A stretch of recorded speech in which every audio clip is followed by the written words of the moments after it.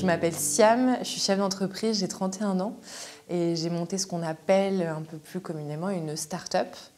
Je précise pourquoi une start-up, parce que c'est des modèles économiques différents de l'entreprise classique qu'on peut connaître. Mais ça veut dire aussi que c'est un rapport au travail qui est différent, c'est un rapport au temps qui est différent très souvent.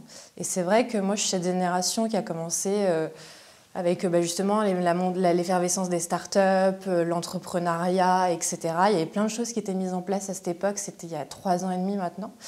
J'en ai profité et j'ai décidé de monter mon entreprise, donc Syconia.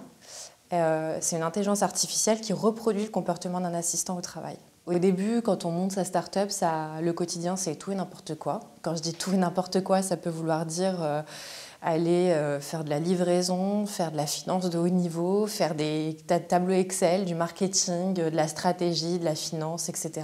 Donc au quotidien, quand même, mon sujet, c'est de réussir à maintenir mon modèle économique, à le rendre de plus en plus efficient et surtout à chercher des modes de financement.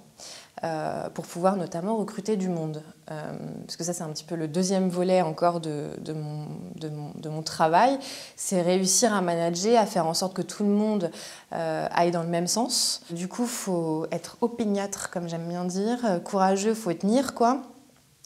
Et quand tu as des gens qui viennent te voir, je dis même si c'est des stagiaires sur le départ qui te disent est-ce que je pourrais revenir chez toi? Est-ce que demain, si je pose ma candidature? Ou parce que merci, même si t'es dur, même si c'est compliqué, j'ai appris des choses et je suis sortie grandie de cette expérience. Et ça, franchement, c'est hyper valorisant pour le coup. Et vraiment, ça permet de tenir parce que c'est dur. Ça peut être très dur au quotidien et ça fait du bien.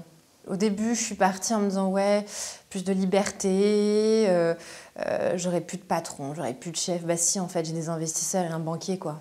Donc de toute façon, c'est eux mes patrons. Et puis après, j'ai des clients. Et mes clients, moi, demain, ils me lâchent. Enfin, j'ai plus d'entreprise, quoi. Donc c'est quand même, ça reste, c'est quand même, ils font partie des gens à qui je dois rendre des comptes, en fait. Et puis après, ouais, ça, tu te rends compte que au début, en tout cas, alors là, ça va mieux pour moi, mais t'as vraiment très peu de marge de manœuvre.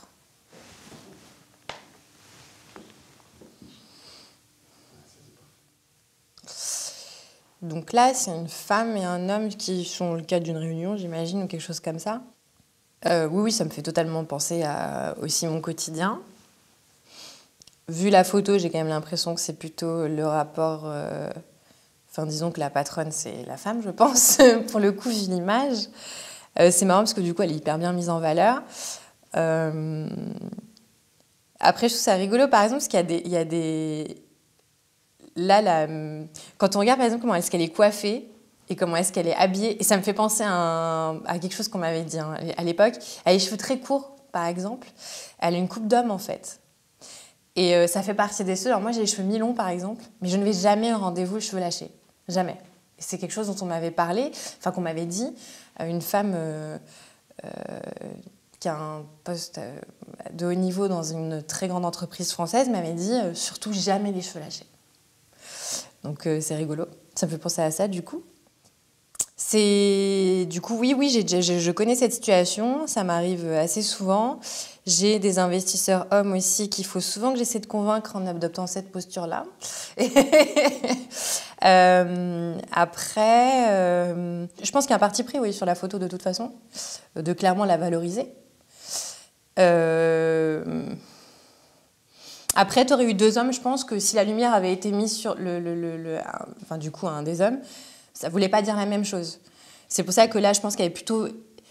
Enfin, limite, j'ai envie de te dire, du coup, si on va jusqu'à la symbolique, je me dis, s'il faut mettre en lumière pour faire comprendre que c'est elle la chef, il y a quand même un sujet aussi. Et c'est ce que je disais, ce truc de devoir pousser les comportements et les postures jusqu'au bout, voire quasiment parfois de manière un peu abusive, où du coup, on est quasiment obligé un peu de se travestir, quoi, parce que moi j'endosse des comportements parfois que j'ai pas que je suis pas comme ça. J'ai combien de mes collaborateurs qui on se voit après, ou des stagiaires qui sont passés, qui reviennent après, qui disent mais en fait t'es hyper sympa comme nana.